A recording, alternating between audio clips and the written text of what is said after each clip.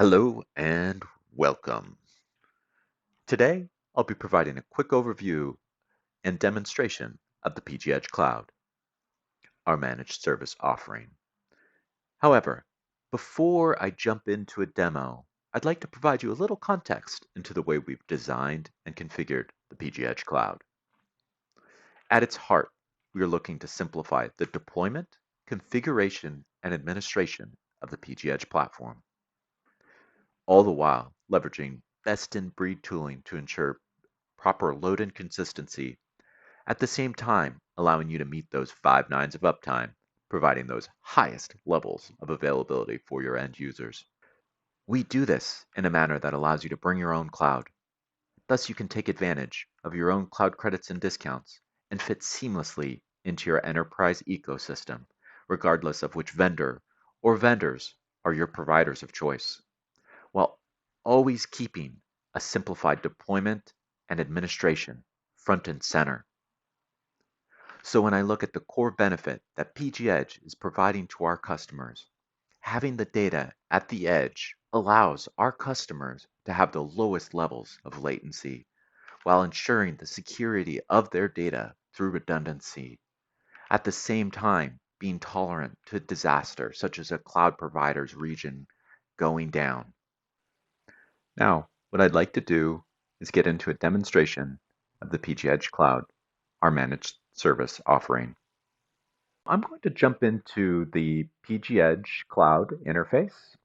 Within this initial starting screen, I'm provided an overview of the clusters that I have configured, what the statuses are for those specific clusters. So if I have any issues with them, I'm provided some actionable information with relation to them, with the ability to go ahead and create a new cluster if I want, or do a deeper dive into any of the specific clusters. So I'm going to go ahead and create a new cluster. Now, the cluster that I'm going to be setting up is going to be for a global application. I'd like to leverage my AWS account. And given that it's global, I'd like to have nodes in the US West and East and the EU West, because that would be closest to my end users. You'll notice down here we have some information on the underlying network settings that are going to be configured. So the pgEdge Cloud is going to be setting up critical resources like CIDR blocks and VPC peering together each of the specific nodes.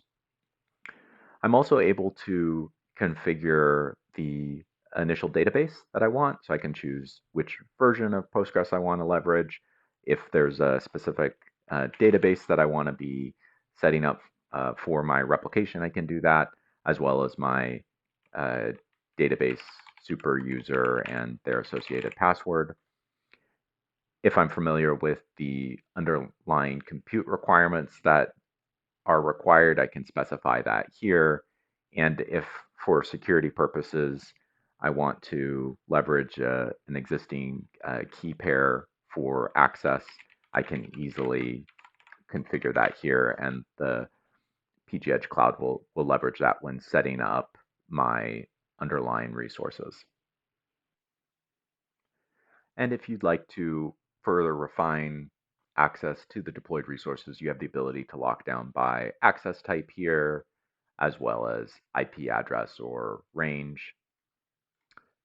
In addition to that, this is always created in a manner such that it's fit to purpose. So depending on what your business requirements are or your security practices, this can ultimately be aligned to those. So if you, for example, wanted to lock down your data tier so it's not externally accessible, you can absolutely do that with the pgEdge Cloud.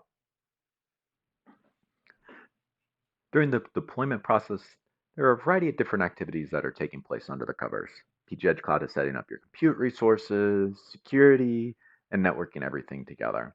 In the end, this probably takes about 5 to 7 minutes, but when you compare that to having to do this whole process manually, it saves a tremendous amount of time. Really, once I started using the pgEdge Cloud to set up my clusters, I really never went back to the process of doing this manually. So While this is going, I'll go ahead and jump over to another cluster to kind of show you what an existing cluster looks like.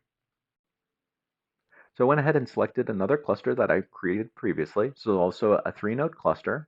I'm provided some quick actionable information on this particular cluster and the specific nodes with the ability to look at it both at the aggregate or drill down, and I can look at that across multiple different characteristics of my cluster. So the metrics and performance of the nodes on the aggregate or individually, as well as the visualization of my current cluster configuration, as well as some of the specific logging for each of the nodes within my cluster. So I can look at that both from the CLI log as well as the Postgres log.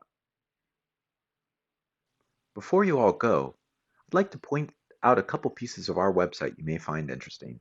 If you'd like to talk to us further, go ahead and click that Get Demo button in the top right corner. We'd be happy to connect with you and talk about how we can be of assistance to you.